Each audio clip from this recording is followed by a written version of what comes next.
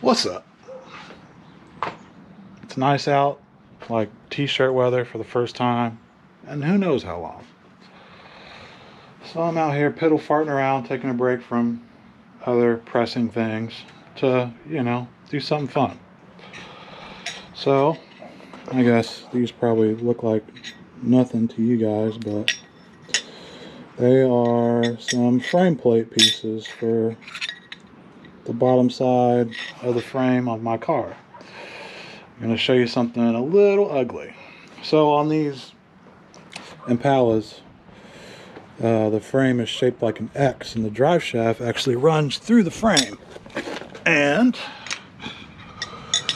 in order to achieve drive shaft clearance like that,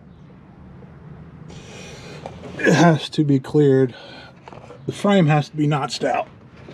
So it's ugly. I should have prepared you. It's pretty ugly under here in general. But, so typically, this frame is boxed in all the way down here. Much like this. See how this is? See how this is flat?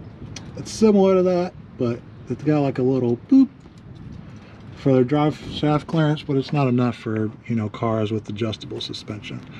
So whoever did this one, like, cut this in a square with no regard for structural rigidity at all, and to the point where there's like, I put some white marker on it.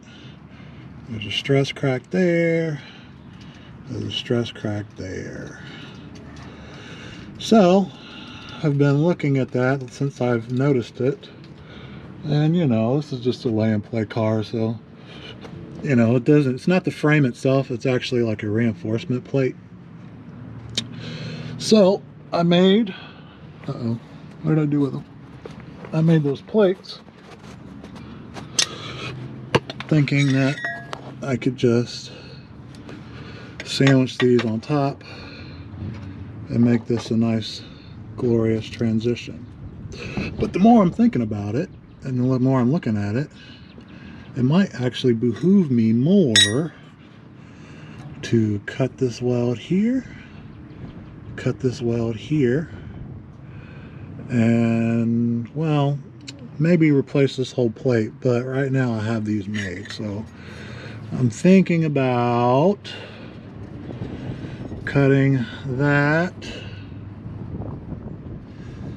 and cutting these welds and then just peeling that out of there and putting that in place for now. Boop, boop, boop, boop, boop. I was thinking about doing that. But, it requires effort and time, and it kind of feels like it's going to rain. So, well, that's what I'm thinking. I at least wanted to get started on the documentation of it. I've got these lines here. I can cut that. Maybe cover this up. I don't feel like pulling the drive shaft all the way. So anyway, I think I'm going to do that just for peace of mind. I'm tired of being paranoid about it. So here we go. Exhaust is coming. I mean, this stuff is on its last leg. I mean, it's scaly. Not to mention my little temporary patch that I put on there last week. We're in the works. I'm still deciding on whether I want to get it done or whether I want to do it myself. I would ask you guys what you think I should do, but I probably know what you're going to say, and quite frankly, I'm not sure I feel like it.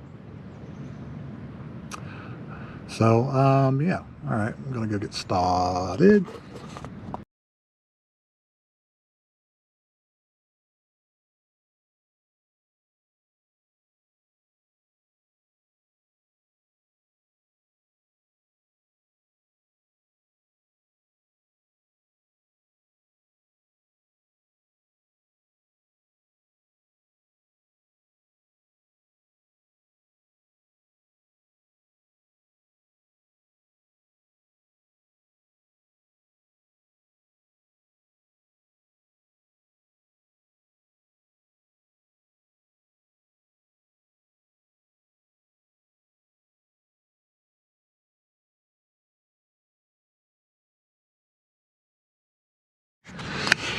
Alright, so just cut through some welds like this,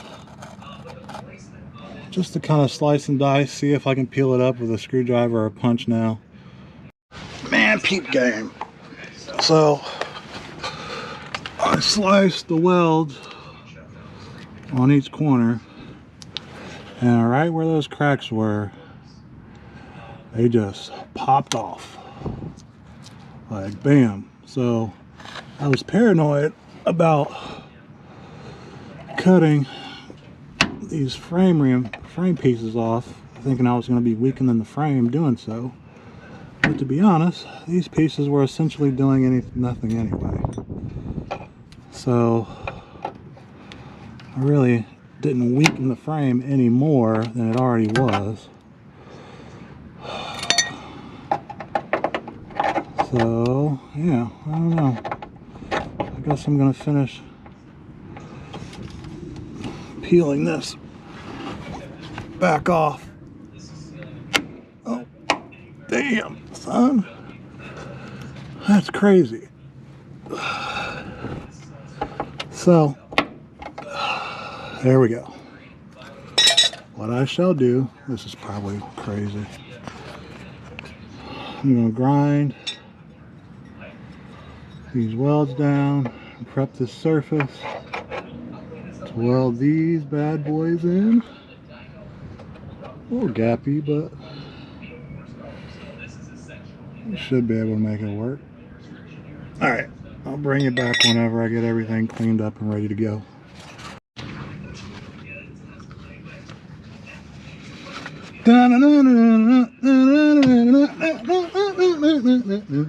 Let's see if I can do this without setting the car on fire. Sparky.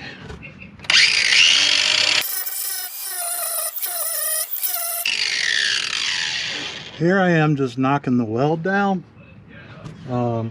After I knock the weld down to a certain point, I'll come in here with the flap disc to smooth it out, and then I've got like a wire wheel too that I'll end up using to kind of clean the rust out of everything.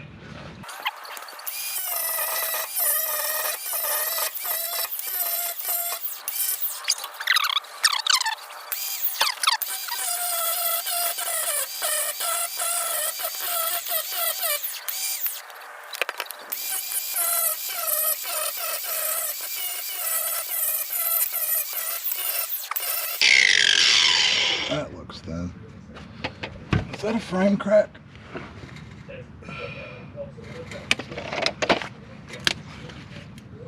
Oh boy. Okay.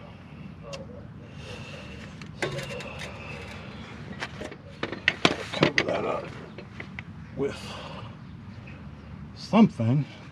You don't want metal shavings in your slip yoke. That you do not want. I'm fairly positive of that.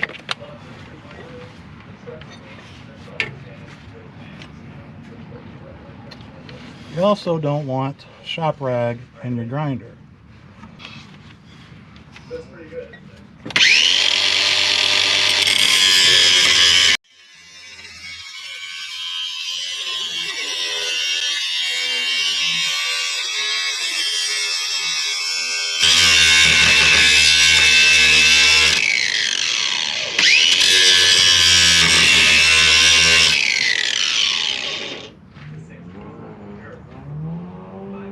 Alright,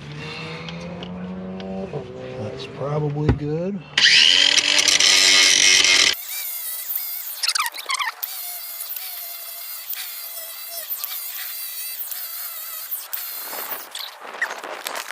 Alright, well, I did have a little bit of a surprise.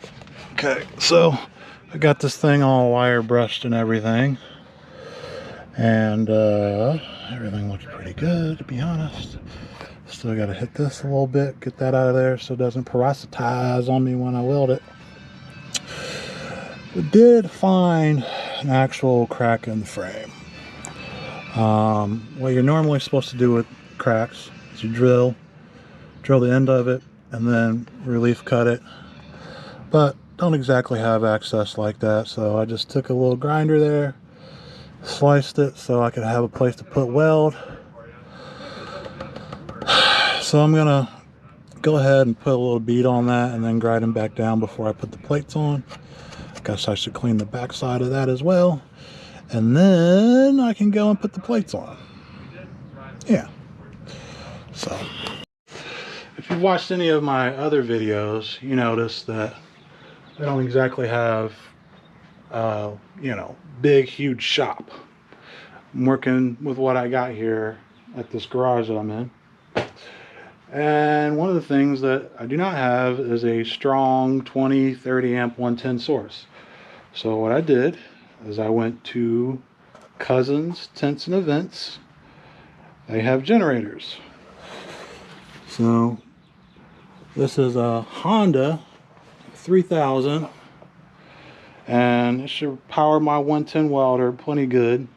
So, you know, if you're in a spot, maybe your garage doesn't have, you know, good electricity, or maybe you could be working out of a shed, or maybe you're going on, you know, a racetrack or a road trip, or you got a roadside repair, or anything you need a generator for.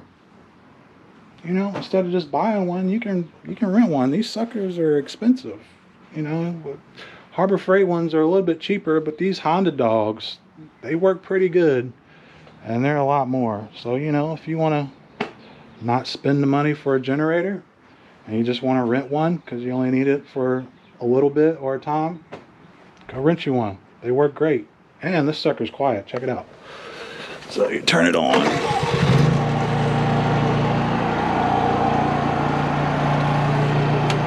Oh, it's already on. We're ready to work. I'm going to preface this by saying that I am lucky to MIG weld maybe once a year. So this may not be the best. I forget how to even adjust MIG welders, to be honest. But we're gonna make it do. Oh yeah, make sure that you, even on these old cars, you want to make sure that you disconnect your old battery whenever you're welding on it, because even though it's an old car, you might have some new technology that you don't want to get burned up. I don't even know if you can hear me. Oh. Let's see here. So I'm just gonna buzz this one spot so I can grind it down. I've got it all cleaned up. Uh-oh. This is recording upside down. Guess I'll figure that out in post, huh?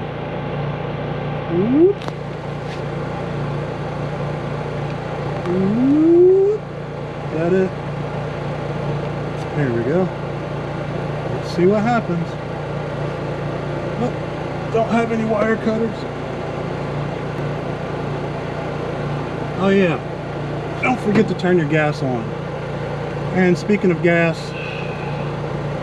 make sure that you're not around any fuel lines. The fuel lines on this car are ran above the frame and they're on the passenger side, so right now it should be safe. I'll go from the bottom or the top. I don't know. I'll go from, let's see what happens.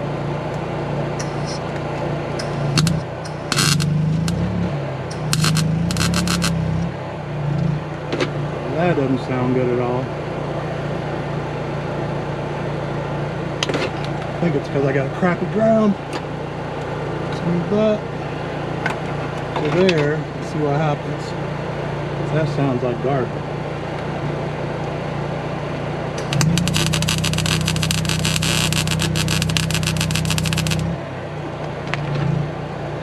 Okay, that's no good. I think I am lacking, let's see, power? Wire? Too much wire? Too much wire.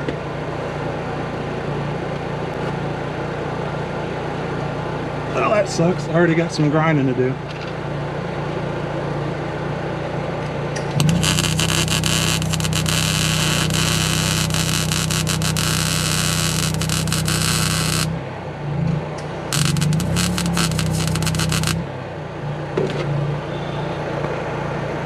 Still too much wire.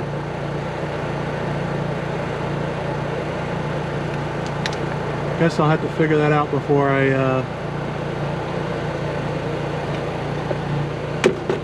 do the big welds on the side. It definitely heated up the metal, so, but ironically, yeah, that looks like crap, but I think it's in there. MIG welding is weird because when your weld is running cold, your initial thought is to run less wire, but the wire is also the source of your heat. So there's like a sweet spot. So you can have too much wire to where it runs the weld too cold. You can run too little wire to where it runs the weld too cold as well. As soon as I turned it down a little bit, it started getting that frying egg sound that you're looking for. So I'm gonna knock it down a little bit more in order to get it to run a little bit more consistently.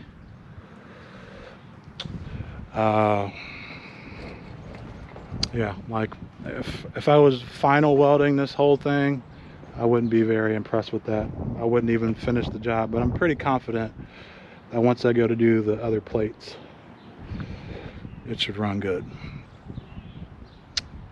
Also, sometimes you can get away with preheating your metal a little bit. Once there's actual heat in the metal, it can help run things a little bit smoother. If you're in a situation where you're running, you know, like a 110 and doing structural pieces, or like you're welding aluminum and you're welding with a machine that has limited power. There's some things you can do. Not recommended for a novice. If you're just learning and you're trying to get your feet wet, it's best to just work with the right equipment.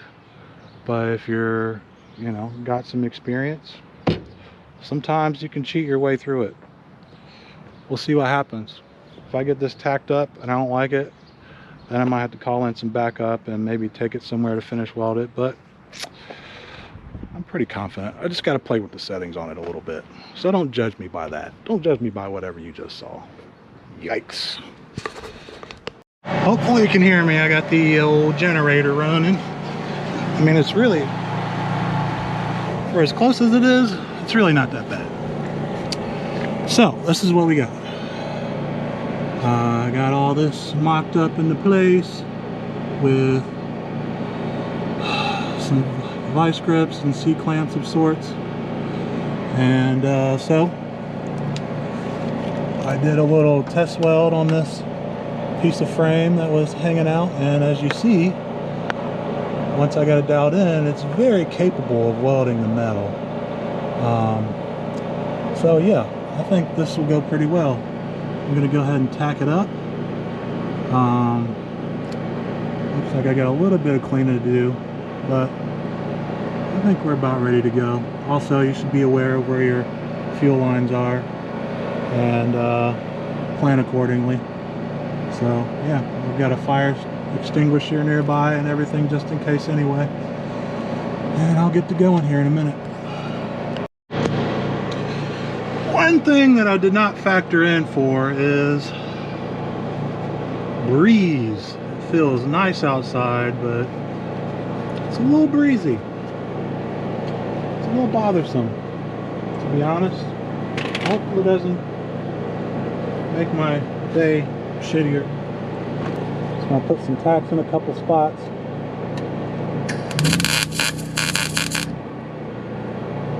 Not bad.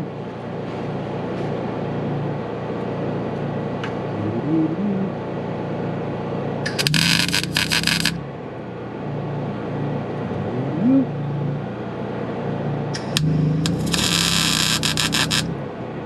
know what? I might need a tip too. That's what it sounds like. I'm gonna put a weld right here just to.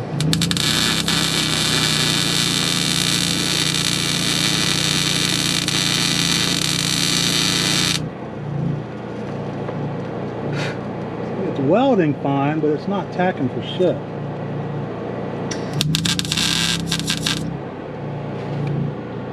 I've got the weld wire adjusted a little bit high because it was doing that drip thing. I don't know. Some people probably don't know. When you're welding overhead, sometimes your weld wire wants to do this little drippy thing, so I've got it turned up a little bit more than I would normally do it. So I guess some heavy tacks are just gonna have to do. Can't see.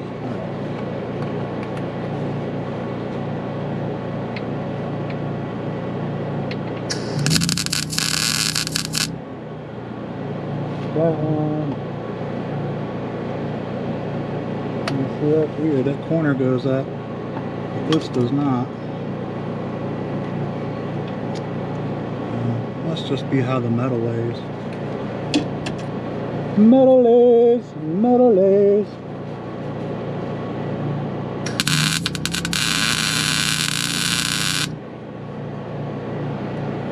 Alright, those tacks. Okay, here you go. See if I can reposition myself.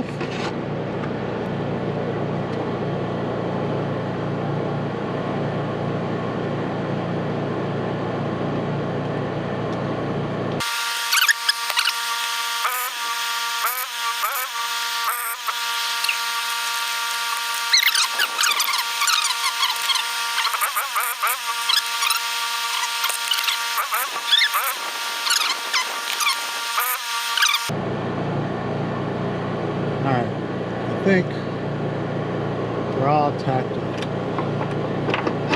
Gonna check my fuel levels, make sure that generator's not gonna run out or anything. Then probably burn this in. I have to find some stuff to block the wind though.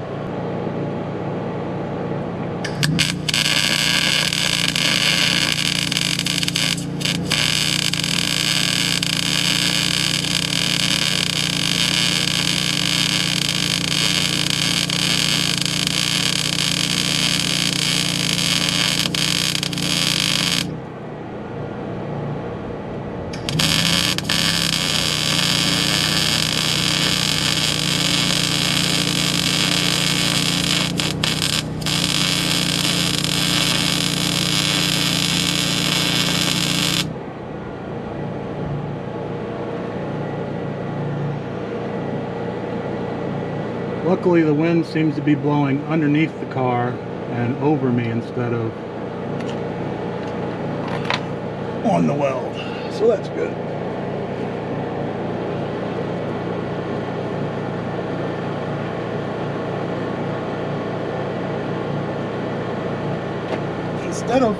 Instead of making one uniform bead, I'm jumping around just to kind of even the heat dispersion, just because I feel like that's just better for this application.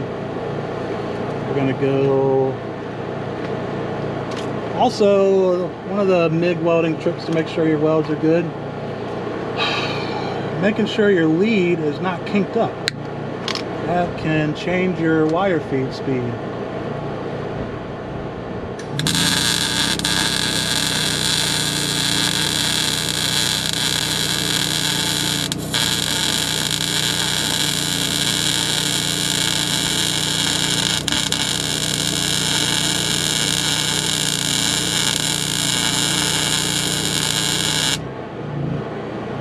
Also, your stick out, the distance to your, to your thing, to the metal. Sometimes if you need to make the weld hotter or colder, you can change your distance.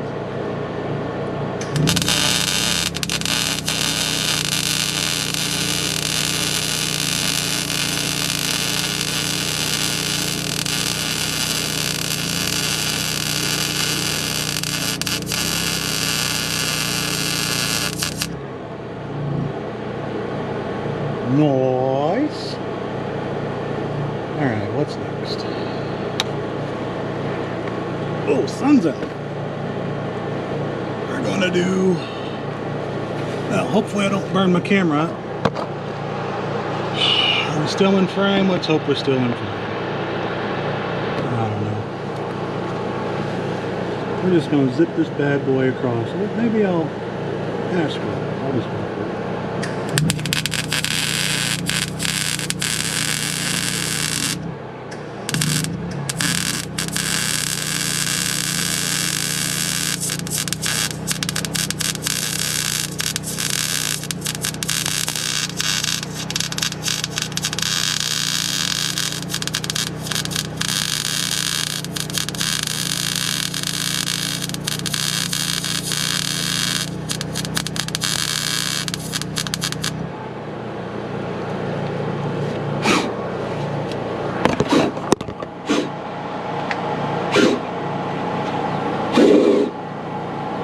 Dang Earls.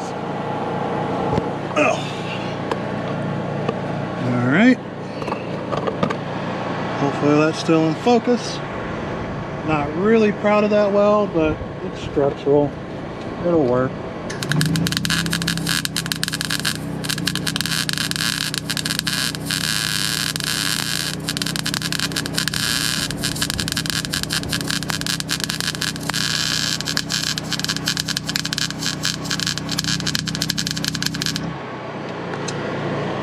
Okay, it appears that I have reached the duty cycle of my welder. So, that'll be fine. I'll just have to wait about 10 minutes in order to finish this. It's still fine, it's just not...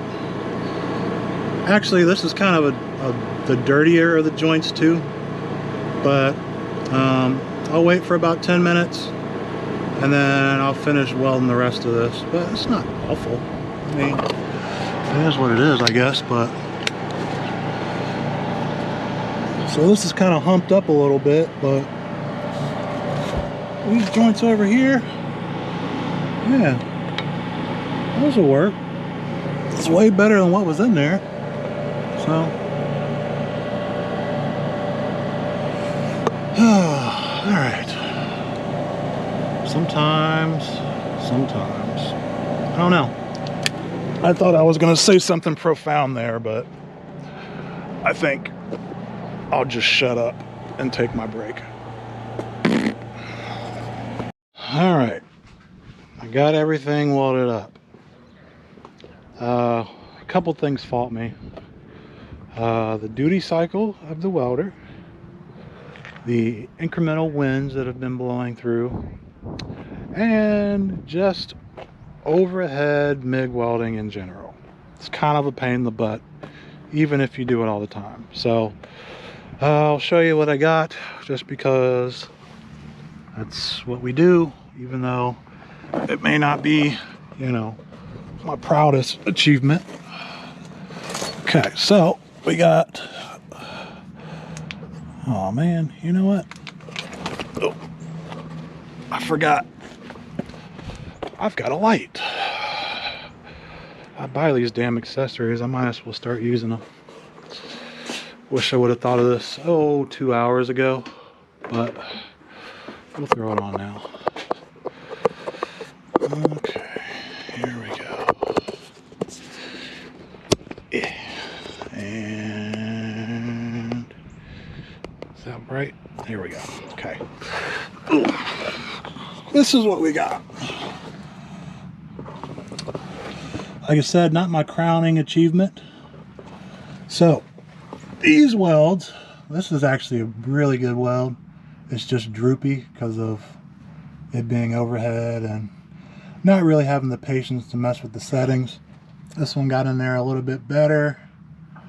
This one I had to do twice, so it didn't go in well. It was just like cold. I don't know if I would say cold. Yeah, I would say it was cold. It was cold the first time, so I grinded it out, waited for the welder to cool back off, and then went back over it. So this one's pretty solid. It's just droopy. I don't have the patience to figure out how to get the droop out of MIG welds. Like, I don't do it enough. I just know what a good weld looks like going in, and it was fine. I had a spot of porosity here that I had to dig out and then put back in. So this weld right here, let's say, this weld right here, it had a nice beveled V groove to go into, as opposed to this, I dug it out, but it didn't have as much of a spot to go into when I went to go put the weld back in. So that's why it's sagging and droopy and lumped up a little bit. Okay, so the one thing that I wish I could do, so this right here, this is good. This one got a little bit of porosity in it. I'm just kind of in a spot right now where I could dig that out and then put another pass on it, but the wind is blowing because, well, it's about to rain. And what I'd like to do is clean all this up real good and then put a nice weave over this just to join it all together. But I think what I will do is I'll play it smart, and I'll just leave that as it is right now. And then maybe when I get access to a lift and a 220 welder, I'll put that in there. So, but overall, compared to having a crack in the frame, I think this is a decent repair. Looks better. It's more structurally sound. It's not like when I go to pretty this all up, it's not like I have to cut it out in order to reinforce the frame. It's a decent repair. You know, it's not 100%, but it's way better than if I did nothing. And I've got peace of mind, you know, not worrying about the crack that was in it chasing itself to the top of it. So I'm going to take the grinder to make all that look pretty, and then probably hit it with a coat of paint, and then that'll be it for now. I'm pretty happy with this little mission that I, you know, gambled upon. Like, you know, rain is imminent. I had a couple hours today that I chose to just get up and get after it, and taking advantage of all the supplies being here, because, you know, this generator's got to go back. It is a lifesaver. I'm getting everything I can get done right now while I have it. So there you go. Thanks again for Cousins Rental for the generator. Thanks for my family for dealing with my BS of being out here all the time lately. And that's it for now, aside from, you know, maybe some aftershots once I get it ground and painted. But I don't know.